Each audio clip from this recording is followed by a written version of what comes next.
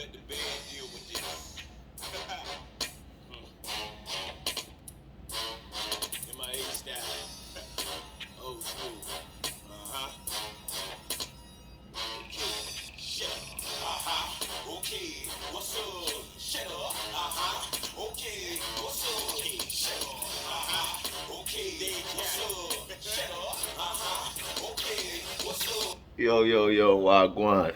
This your boy, Brother Noomse, aka Chill Sam.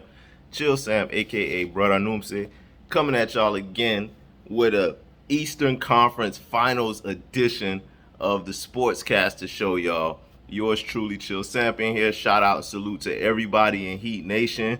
All of y'all out there that support your boy, sports fans from everywhere. Shout out to all of y'all, everybody for tuning in and showing your boy some love and some support. Man, we got a really good one today. What a series we just had, man. The Boston Celtics and the Miami Heat Eastern Conference Finals rematch from last year. 7-game series. I'm loving it. But shout out first of all to our Miami Heat, man. We got to talk about the grind. We got to talk about the hustle. I mean, from a play-in tournament team to the NBA Finals. Doubted again and again and again, and we continuously proved the doubters wrong. Great 7-game series. Nobody believed that we would even get here. Nobody thought that we would beat the Chicago Bulls to get into the play-in, to get into the playoffs from the play-in tournament. Nobody believed that we would beat the number one team in the NBA, the Milwaukee Bucks. Took care of them in 5 games. Nobody thought that we would beat the New York Knicks, the dreaded New York Knicks nemesis from our past. Took care of them in 6 games. Nobody, and absolutely nobody, gave us a chance against the Boston Celtics. Ended up taking care of them in 7 games. I picked us in 6 games to beat the Celtics, if you remember my last episode, but we did it in 7 games. I'm not mad at that at all. I'm not mad. I'm not complaining. I will take that 7-game series. And it was definitely a good one. Definitely a good one, man. But before we even get into the numbers, let's talk about the journey of the series itself. I'm talking about Miami went up 3-0 out of the gate. Out the gate, the Miami Heat pick up 3 wins to 0. At that point, I'm thinking it's Sweep City. A lot of people is looking at it like Sweep City. But then what happens after that?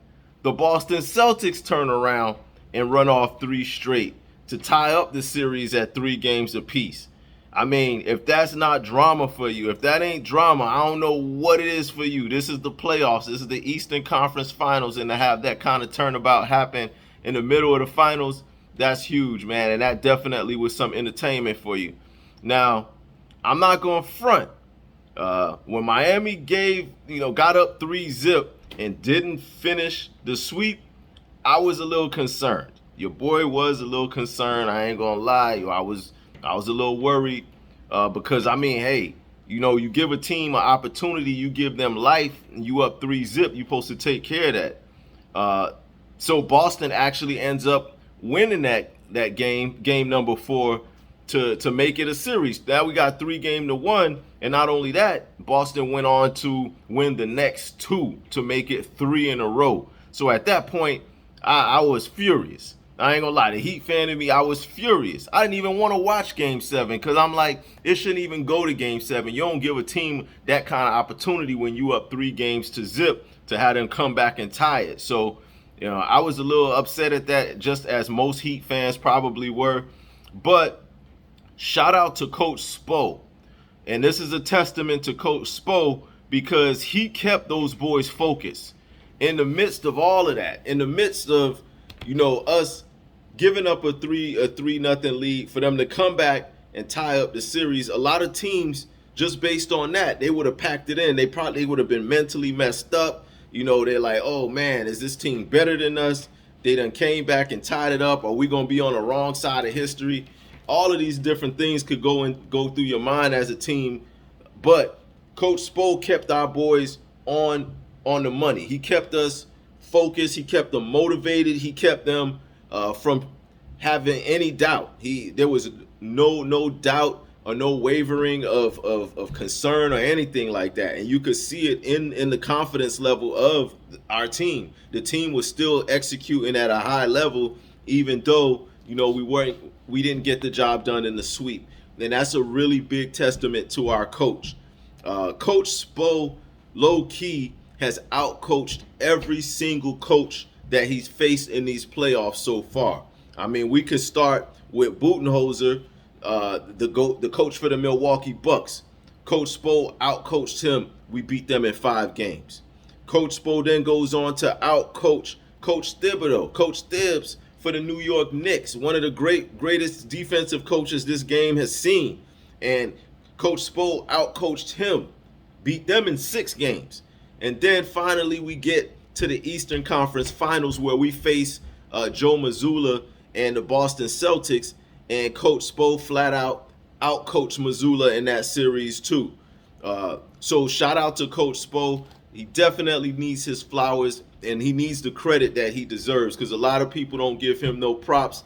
Like I said in the last episode, Coach Spo has outcoached pretty much all of these so-called great coaches that have won Coach of the Year before, and Coach Spo still hasn't won Coach of the Year yet, which I don't understand. That at some point that's got to change. But now he's making everybody recognize what kind of coach he is, if y'all didn't already know. Role players in this series with Boston was huge. Our role players were huge. They definitely did their thing. Namely, Caleb, Gabe, and Duncan. Duncan Robinson averaged 11 points in this series. He averaged double figures in this series, which is huge for someone who comes off the bench and fulfills a specific role. You won't expect that person to contribute at that high of a level the way that he did. I mean, he's knocking down threes. His drive was going. He was getting to the basket. He was being very fluid, and I love to see that from Duncan, because sometimes people see him as a one-trick pony, like all he does is shoot threes, but he was able to show another dimension to his game. So shout out to him on that one. Also, Gabe Vincent, who's been steady for us throughout these playoffs, kind of an unsung hero. He also contributed. He averaged 16 points per game throughout this series against Boston. Caleb Martin, let's talk about Caleb. And I told y'all about Caleb last episode. I said, y'all better watch this young man. This boy is serious, and he's got some serious game, and he showed that. Caleb averaged 20 points for a role player to come in and contribute at that level, including Game 7, where Caleb gave us 4 for 6 from downtown. 4 huge, big three-pointers from downtown, which help us put the clamps on Boston a little bit more and solidify that Game 7 win. So shout out and salute to Caleb. A lot of people think Caleb should have and could have easily been the MVP of this series, because he was very consistent. He was very active, attacking the basket, knocking down threes. Also, defensively, he was solid. He was picking up Jason Tatum, picking up Jaylen Brown. He was filling in gaps in the zone. He was doing pretty much everything that you would ask a role player to do, including he was picking up some scoring slack, and he was scoring the ball too. So he was all over the place. And salute to Caleb Martin, because a lot of people don't know who he is, but he's definitely putting people on notice in this year's playoffs. So shout out to Caleb Martin, because we really couldn't be where we are right now without him. Everybody does their role, everybody plays their part, but Caleb Martin was a really huge contributing factor in this series. And not only that, when his contract year comes up, he's definitely getting paid. Somebody's going to have to write him a long check, because he made himself a lot of money just right here in these playoffs that you've seen this year. So salute and shout out to Twin, a.k.a. Caleb. We see you out there, boy. Keep doing your thing. Keep doing it, and you never know. You can take us to that promised land, or at least help us get there. So shout out and salute to him again. Jimmy was great. Jimmy was a great leader. That's all you can really ask for Jimmy. He was Jimmy. He was, he wasn't the playoff superstar, put your cape on Jimmy that he needed to be in the Milwaukee Bucks series, but he was the leader that we needed him to be in this series. whenever we started getting down, or whenever we got into that little losing streak where we did lose the one game, then the two game, then the 3 games in a row, Jimmy Butler as a leader stepped up to that podium after every game and basically put it out there and said, nah, we're not giving up. We're not quitting. I'm going to make sure my boys are ready. I'm not letting nobody quit. I'm not letting nobody give up. And just kept staying at it. Just stay the course. Just stay the course. And that's the thing about Miami. We have great leadership. We have a great coach. And then the work ethic and the Heat culture. And the way that we just continue to play hard, keep playing the same way. No matter if we're up big or we're down big, we always going to give that same effort. And Jimmy Butler, he embodied that. He was oozing that. He was letting everybody know, like, this is how we get down. This is Miami Heat basketball, and we not about to let up. We not going away. We came here for a purpose, and he showed that. So shout out to Jimmy. Bam did his thing too. Oh, by the way, Jimmy Butler did average 27 points, 8 rebounds, 6 assists, and 3 steals per game in that series. So you talk about two-way players. That's a two-way player for you right there. Probably the best in the business at it. Bam Adebayo, shout out to Bam. Bam he averaged 15 and 9. I mean, not, out of this world numbers, not, godly numbers that, one would think is necessary to beat a team like the Celtics. But he did his thing. He was a defensive anchor. He was a presence, and his versatility, it forced Boston to adjust to that. Because when Bam started getting off, Boston had to adjust and put extra men in the paint to kind of jam Bam. So every time Bam would get the ball in the paint, he was surrounded by 2 or 3 different guys. It was like a soft double team, a soft triple team, but it was enough to kind of force the ball out of Bam's hands a lot. So I did see the Celtics try to make that adjustment, but Bam, in showing his versatility, he was able to pick up on a lot of that and able to get the ball out of there. So, a few times there was some turnovers here and there, but you know what, Bam, I'm not mad at you. You did your thing. Salute to you with your 15 and 9 that you averaged. It was good enough for us to secure the bag and secure that win. A few hesitant moments that I see with Bam every now and then, like when he'll get the ball, sometimes I notice he hesitates before he makes his first move, or he likes to size his guy up a little bit before he goes at him. I just feel like when Bam goes on his first move, when he gets the ball and he's definitive about his first move and he's really deliberate with the basketball and makes his first move quick, that's when he finds his most success. So Bam, I love what you're doing. I love your effort, but a lot of times when you get that ball, just make that first move, go over the shoulder pivot, backspin, one dribble up. None of the hesitancy, none of the hesitation, rather, none of that. Just go up with the ball, attack your man, because you have the speed advantage over most guys that's defending you, as well as the size advantage if a smaller guy's on you. So I just want to see Bam be a little bit more definitive with the ball and attack the basket a lot harder and a lot more deliberate. So when I see that, that's when Bam is at his best. One thing that I did say that was the key for the Heat to beat the Celtics was to hold Jaylen Brown for the Celtics in check. And we did that. We definitely did that, because there was a lot of periods where Jaylen Brown was looking extremely frustrated. His shot wasn't going. He turned the ball over a few times. He made some ill-advised shots, some ill-advised passes. And you could just see he was completely out of sync for the majority of that series. So most of that series, Jaylen Brown wasn't the Jaylen Brown that we're accustomed to seeing in prior playoffs or during the regular season. So I attribute some of that to just him struggling, but a big piece of that has to go to the defense that the Miami Heat schemed with him. We kept him on an island. We kind of kept him away from their comfort zone and his comfort spots. We didn't let him catch the ball in places where he's most comfortable and likes to get off. So that had a lot to do with it as well, as far as keeping Jaylen Brown under wraps. So salute to the Miami Heat defense. Big ups on that one, because without that defense, Jaylen Brown could have went off, and then that could have been the difference in the series. So shout out to that. Boston is a very talented team, man. Like, when you look at Boston's roster, they're very, very talented. And they showed a lot of fight, and they showed a lot of will by not laying down after they started off 0 that 0-3 start that we put them in. You could see that pride, that little Celtics pride, and them not wanting to give up, and just relying on their talent to kind of will themselves to those 3 wins that they got. Tatum got cooking during their little 3-game stretch. Smart and White also started heating up from 3 in games 4, 5, and 6. So, I mean, there was a period of time in that series where Boston definitely had their moments, and they could have easily laid down after they started off that 0-3 start, but they ain't lay down. They kept coming back, and they kept fighting. They showed that will and determination.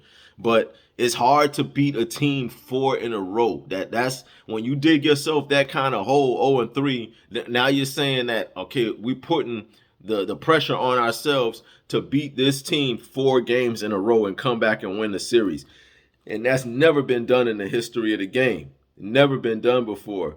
The margin for error is just too small at that point. You can't have any slip-ups, no mental lapses. You can't have a bad game. You can't have any injury. You can't have none of that. Like, you don't leave yourself any margin of error when you dig yourself that type of hole.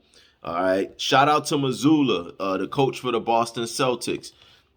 His first year taking over as the Boston Celtics head coach. I feel like he's gonna be a good coach. I think these are learning moments for him where he was just kind of thrown into the situation after the Celtics fired Ime Udoka. They just kind of threw Mazzulla into the fire.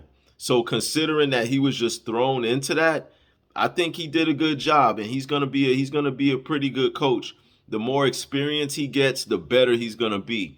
And to get all the way to the Eastern Conference Finals as a first-year coach, I understand your team is talented, but he had a lot to do with them getting there too. So, salute and shout out to Mazzulla. And I look forward to seeing how he blossoms in that role that they have him in.